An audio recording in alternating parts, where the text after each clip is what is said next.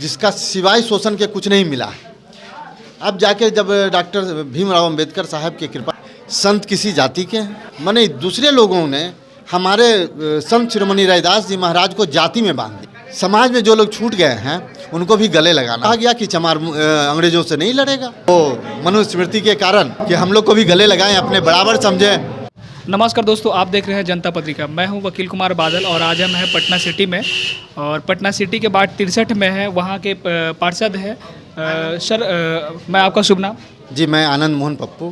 पहले तो सर आपका जनता पत्रिका पर स्वागत है सर। जी धन्यवाद। हम लोगों ने प्रयास किया है, हमारे गुरु संत श्रीमणि रविदास जी महाराज की आज 645वां जन्म दिवस है। जो हमारा समाज है, अति पिछड़ा समाज है, जो बरसों से, मतलब ये जानिए कि मुग़ल पीरियड के पहले से हम लोग जिस समाज से आते हैं, जो दबे कुचले समाज से आते हैं, जिसका सिवाय शोषण के कुछ नहीं मिला।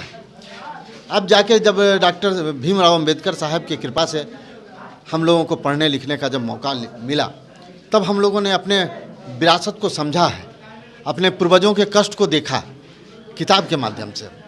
तो अब हम लोग को लगता है कि कुछ बदलाव होना चाहिए।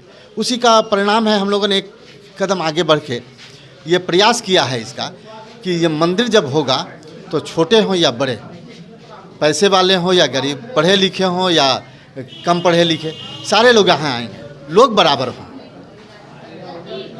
जाति में जब आए हैं तो एक चटाई पर हों, वो जो पद प्रतिष्ठा पैसा वो बाहर होता है ना, समाज में लोग एक तरह से रहे।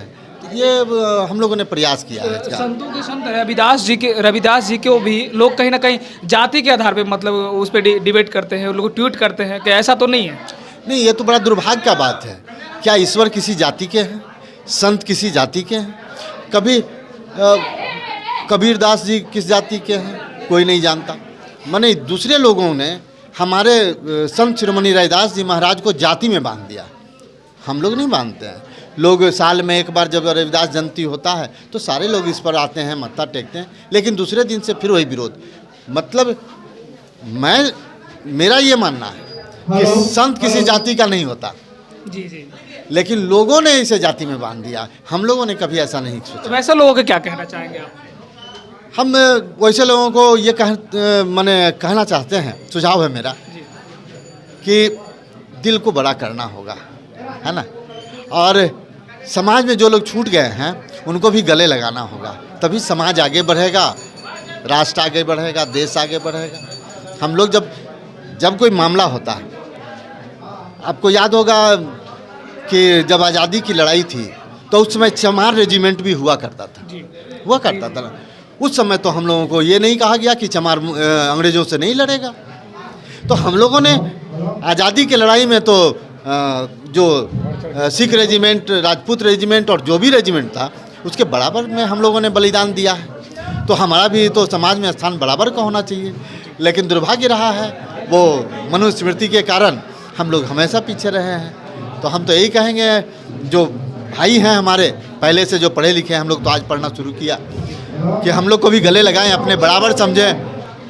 हम लोगों ने तो हाथ बढ़ाया है, वो कितने गले लगाते हैं वो उन पर डिपेंड करता है। कितना उत्साहित है यहाँ पे संत रविदास जी की मूर्ति पर? हमारे पटना सिटी में रविदास जी का मूर्ति नहीं था। आज बहुत जमाने के बाद हमारे पटना सिटी में रविदास जी का मूर्ति स्थापना हुआ, जिसके लेके हम लोग बहुत खुशी और गर्व कर रहे हैं। और इससे ज़्यादा क्या कहेंगे। और भी लोग हैं, हम उनसे बात करना चाहेंगे।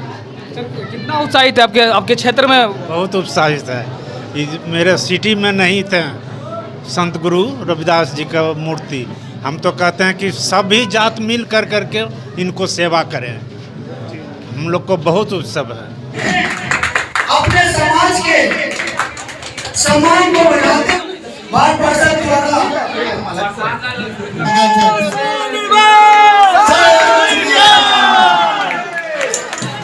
संत शिरोमणि